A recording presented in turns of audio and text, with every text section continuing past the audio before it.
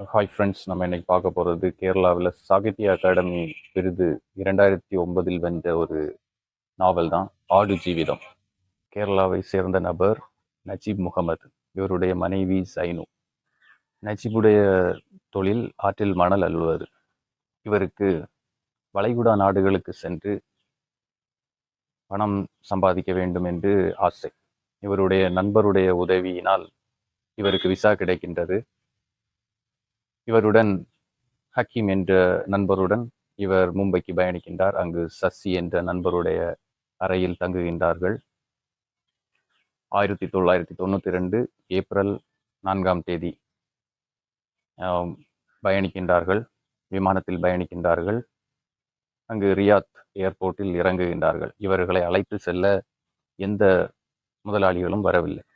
கடைசியில் ஒரு பிக்கப் வரும். அதில் ஒரு முதலாளி இருப்பார். இவர்களுடைய முதலாளி தான் வருகிறார் என்று சந்தோஷப்பட்டு ஏறிக்கொள்வார்கள்.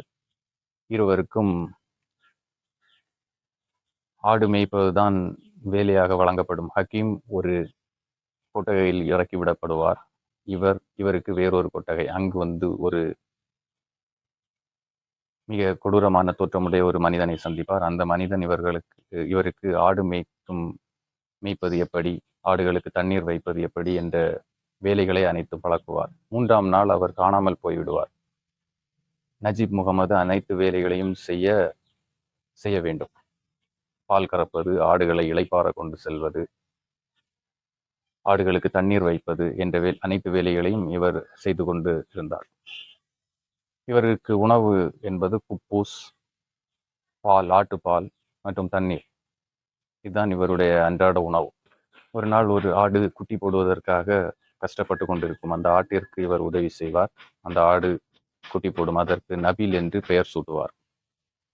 இவர் மகன் பிறந்தால் நபில் என்று பெயர் சூட்டலாம் என்று நினைத்த பெயரை அந்த ஆட்டுக்குட்டிக்கு நபில் என்று பெயர் வைப்பார். இவருடைய அர்பாப் இவருக்கு ஆடுகள் தானாகவே குட்டி போட்டுவிடும், எந்த உதவியும் தேவையில்லை என்று பெல்ட்டால் அடிப்பார். இவர் அந்த ஆட்டுக்குட்டியை தனது மகன் போலவே பார்த்து கொண்டிருப்பார். எந்த ஆட்டுக்குட்டிக்கும் தனது தாயிடமிருந்து பால் குடிக்க அனுமதிக்கப்படுவதில்லை. ஆனால் இந்த ஆட்டுக்கு மட்டும் அர்பாபுக்கு தெரியாமல் தன்னுடைய தாயிடம் விட்டு அதற்கு பால் கொடுப்பார். இப்படி அரவணைத்து வந்தார். ஒரு நாள் சில ஆடுகள் இறந்துவிடும். இவர் அர்பாபிடம் சென்று ஆடுகள் இறந்து விட்டன என்று கூறுவார். அர்பாப் அன்று இரவு அதை சுற்றி பார்த்துவிட்டு அந்த ஆடுகளை இவர்கள் புதைப்பார்கள். பிறகு இரவு இவரை அழைத்து ஒரு கட்டையை கொடுத்து இவரை கொட்டகைக்குள் தள்ளிவிடுவார். அங்கு ஒரு பாம்பு ஒரு ஆட்டினுடைய காலில் சுற்றி கொண்டிருக்கும். இவர் அடித்ததில் ஒரு ஆடு இறந்துவிடும். அந்த பாம்பு தப்பித்துவிடும். இவருக்கு அன்று பெல்ட்டால் நன்கு அடி கிடைக்கும். மறுநாள் காலையில் பார்க்கும் பொழுது இவருடைய நபில் என்ற ஆடும் இறந்து போயிருக்கும். மிக கவலையுடன் இருப்பார். சில நாட்களுக்கு பிறகு அந்த பாலைவனத்தில் மழை பொழியும். அப்பொழுது அர்பாபினுடைய கூடகைக்கு சென்று அவரை பார்ப்பார். அவர் பயத்தில் நடுங்கிக் கொண்டிருப்பார். அப்பொழுது அர்பாப் அவரை அமர சொல்லும் பொழுது அவருடைய துப்பாக்கி கையில் படும். அவரை சுட்டுவிடலாம் என்று எண்ணிக்கொண்டிருப்பார். அப்பொழுது அர்பாப் இவரை நோக்கி, நீ இங்கு இல்லாவிட்டால் நான் இப்பொழுது இறந்து போயிருப்பேன் என்று சொல்வார். இவர் மனம் இறங்கி போய்விடுவார். ஒரு நாள் ஆடுகளை இளைப்பாற கொண்டு செல்லும் பொழுது ஒரு ஆடு இவரை இடித்துவிடும். அப்பொழுது இவருடைய கை ஒடிந்துவிடும். அர்பாவிடம் மருத்துவமனைக்கு அழைத்து செல்ல கதறுவார். ஆனால் அவர் அழைத்து செல்ல மாட்டார். சில மூலிகை இலைகளை பறித்து கொண்டு வந்து இவருடைய கைக்கு கட்டு போடுவார். அந்த கையுடனே இவர் பல நாட்கள் வேலை செய்ய நேர்ந்தது. கடைசியில் கை குணமாகிவிடும். ஒரு நாள் அதே மாதிரி ஒரு ஆடு இவரை நோக்கி முட்ட வரும். அப்பொழுது இவர் ஒதுங்கிக் கொள்வார். அந்த ஆடு மணலில் போய் மோதிவிடும். அப்பொழுது அதில் சிறு குழி ஏற்படும். அந்த குழியில் ஒரு மனிதனுடைய கை தென்படும். இவர் அதை தோண்டி பார்க்கும் பொழுது இவருடன் இருந்த அந்த பயங்கர தோற்றமுடைய மனிதனுடைய உடல், அவருடைய பெல்ட் அங்கே புதைக்கப்பட்டிருக்கும். அதை பார்த்து இவர் அறிந்து கொள்வார். உடனே ஓடி வந்து அர்பாவினுடைய காலில் விழுந்து, நான் இங்கிருந்து தப்பிக்க முயல மாட்டேன் என்று கதறி அழுவார். அர்பாவிற்கு ஒன்றும் புரியாது. நாட்கள் செல்ல செல்ல அர்பாபிற்கு இவர் மேல் நம்பிக்கை ஏற்பட்டிருக்கும். இவருக்கு ஒரு நாள் ஹக்கீமை பார்க்க வேண்டும் என்று ரொம்ப ஆசை ஏற்பட்டிருக்கும். அடிக்கடி ஆடு மேய்ப்பது போல் சென்று ஹக்கீமை பார்த்து வருவார். ஓரிரு வார்த்தைகள் பேசி வருவார் அவரிடம். ஏனென்றால் அர்பாப் தொலைநோக்கியில் இவரை கண்காணித்துக் கொண்டிருப்பார். ஒரு நாள் ஹக்கீம் சோமாலியாவை சேர்ந்த இப்ராஹிம் கதிரி என்ற நண்பர் இவர் ஹக்கீமுடன் வேலைக்கு சேர்ந்திருப்பதாகவும் அவருக்கு அனைத்து வழித்தடங்களும் தெரியும் என்றும் ஒரு நாள் நாம் தப்பித்து விடலாம் என்றும் இவருக்கு நம்பிக்கை ஊட்டுவார். அர்பாபினுடைய முதலாளியின் மகளுக்கு திருமணம். அதனால் 2 கொட்டகைகளிலும் உள்ள அர்பாபுகள் அன்று திருமணத்திற்கு சென்றிருப்பார்கள். அன்று இந்த மூவரும் தப்பித்து விடுவார்கள்.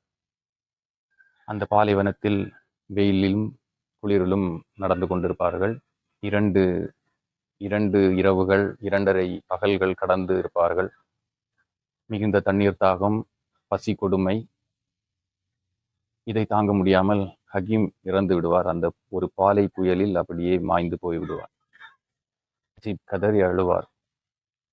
இருவருக்கும் எதுவும் செய்ய இயலாது. நானும் இதில் இறந்து போகிறேன் என்று இப்ராஹிம் கதரியிடம் கூறுவார். நான் உன்னையாவது காப்பாற்ற வேண்டும் என்று இவரை தூக்கி செல்வார் இப்ராஹிம் கதரி. கடைசியில் ஒரு ஊற்றை காண்பார்கள். அங்கு சில பேரிச்சமரங்கள் இருக்கும். அதிலிருந்து பேரிச்சம்பழங்களையும் தண்ணீரையும் குடித்து 3 நாள் அங்கு தங்கி இருப்பார்கள். மனித காலிடங்கள் தெரியும். இவர்கள் நடந்து ஒரு மண் மேட்டில் தூங்கி கொண்டிருப்பார்கள். மறுநாள் காலையில் இப்ராஹிம் கதிரி காணாமல் போய்விடுவார். இவர் இருவரையும் இழந்த சோகத்தில் நடந்து கொண்டிருப்பார். ஒரு நெடுஞ்சாலையை அடைவார். அங்கு எல்லா வாகனங்களையும் கை நீட்டி பார்ப்பார்.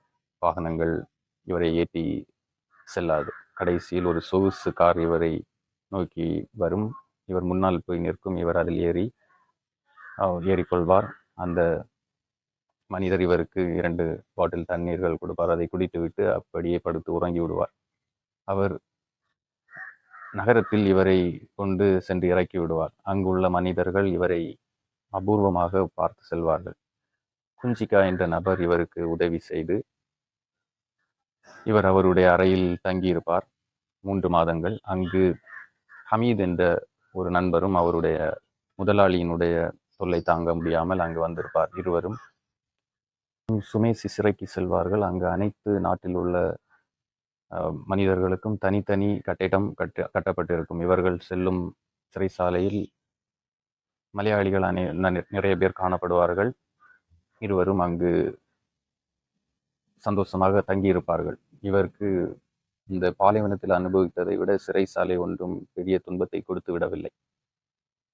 சில மாதங்கள் கடந்து செல்லும். இவர்களுக்கு அப்பொழுது நம்பிக்கை பிறந்திருக்கும். இனி இவர்களுடைய அர்பாப் இவர்களை தேடி வரமாட்டார் என்ற நம்பிக்கை ஏற்பட்டிருக்கும். ஒரு நாள் அணிவகுப்பில் ஹமீதினுடைய அர்பாப் ஹமீதை அழைத்து செல்வார். அனைவரும் வருந்துவார்கள். இவரும் வருந்துவார்.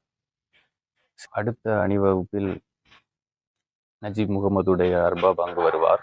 அங்கு இவரை பார்த்து இவரை நோக்கி வருவார். இவர் பயந்து கொண்டே இருப்பார். இவருடைய முதுகில் தட்டி செல்வார்.